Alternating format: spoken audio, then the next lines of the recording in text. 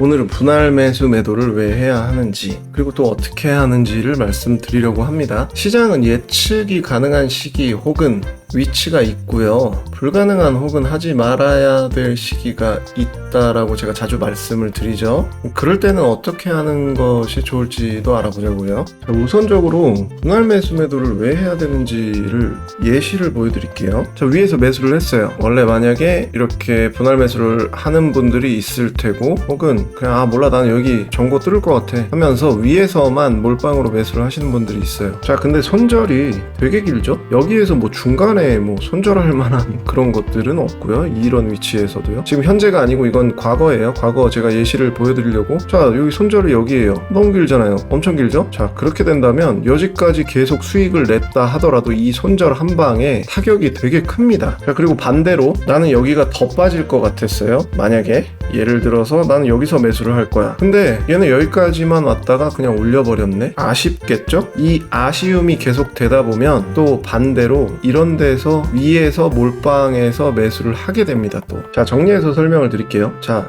이렇게 움직인다고 가정을 하자고요. 그러면 분할 매수를 여기와 여기에서 대기를 했던 분들은 만약에 요렇게 올려버려도 1차는 매수가 됐잖아요. 그죠? 그렇기 때문에 아쉬움이 좀 없거나 덜합니다. 그리고 반대로 실제로 이렇게까지 움직였어요. 그럼 1차 매수, 2차 매수 다 됐다고 치고 올렸어요. 이래도 아쉬움이 없겠죠? 이러나 저러나 좋겠죠? 그런데 분할 매수를 안 한, 일단 여기 상방에서 위에서 몰빵 매수를 했어요. 그러면 어떤 케이스가 생기냐면 일단 쭉 빠질 때 불안해요. 이 부분에서 불안해요. 다시 올린다 하더라도 불안해서 역효과가 나오겠죠? 뭐 일부를 정리를 한다거나, 사실 정리할 예정이 아니었는데도 정리를 할 수 있겠죠. 그리고 그냥 이렇게 올려버리면 그나마 다행인데 손절을 쳐버렸어요. 그럼 여기 손절이 되게 깊죠. 자, 그리고 반대로 밑에서만 몰빵으로 매수를 걸어놨어요. 여기에서만. 그런데 여기에서 매수를 걸었는데 이러고 가요. 그러면 아쉽죠. 그럼 아쉬우니까 뭐 추격 매수를 한다거나 그러겠죠. 이런 데서 추격 매수했다가 또 폭락, 이런 식으로 되는 거예요. 그래서 신법을 조절하기 위해서, 마음이 편하기 위해서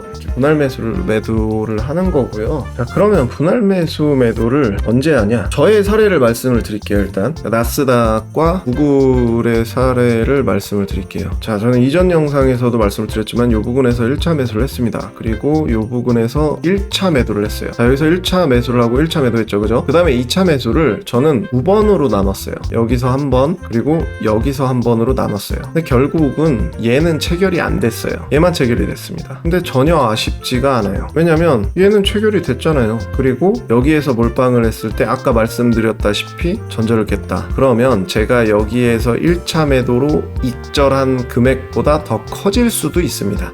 그거는 케바케에 좀 여러가지 많기는 한데, 자, 여기서 이렇게 손절을 해요. 그러면 여기서 익절한 게 허무해질 수 있겠죠. 그렇기 때문에 이런 위치는, 손절이 긴 위치는 2차 매수다 하더라도 이렇게 분할해서 2-1 뭐 2-2 이렇게 매수를 하면 좋겠죠. 뭐 이런 식으로요. 얘는 체결이 안 되면 뭐 그냥 안 된 거예요. 체결이 안 됐다. 그러면 그 자금은 뭐 트레이딩 자금으로 쓰던지 혹은 단타를 치던지 하면 되죠. 그런 걸로 급해할 필요가 없습니다. 체결이 안 됐다고 해서. 자, 그리고 만약에 트레이딩 쪽으로 접근을 한다면, 만약에 1, 2, 3, 4, 5 뭐 다이아고널이라고 쳐요. 그럼 여기에서 일부 물량을 또 정리를 하겠죠. 또 빠질 때 또 사던지, 혹은 여기서는 원투원투로 바로 갈 수도 있기 때문에 그거는 케바케 너무 달라요. 사실 사람마다 다릅니다. 내가 어디서 얼마의 물량을 샀냐에 따라서 대응을 할 수 있는 방법이, 그리고 대응 플랜이 다 달라지기 때문에 이게 간단하진 않아요. 자, 결론적으로 말씀을 드리면 나스닥은 이 위치에서는 손절이 길기 때문에 2차 매수조차도 이렇게 나눠서 한 거예요. 자, 그리고 엘파 쪽으로도 제가 설명을 드릴게요. 자, 이거는 현재 이걸 디테일하게 말씀을 드리는 게 아니고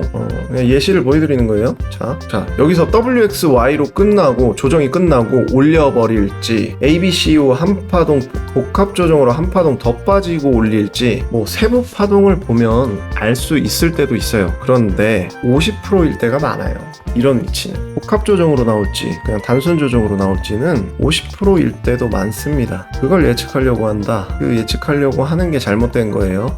잘못됐다기보다 그거를 매번 맞추신다. 그럼 그렇게 하세요. 근데 그렇게 하시다가 한계를 또 느끼셨다. 그럼 그렇게 하지 마세요. 단순하죠? 보통 이럴 때 초보일 때는 분할 매수 매도를 열심히 해요. 그러다가 중수가 됐어. 어느 정도 나 시장이 좀 이제 보이네? 이럴 때 또 분할을 안 해요. 그러다가 좀 더 맞아보면 까불지 말아야 되겠구나.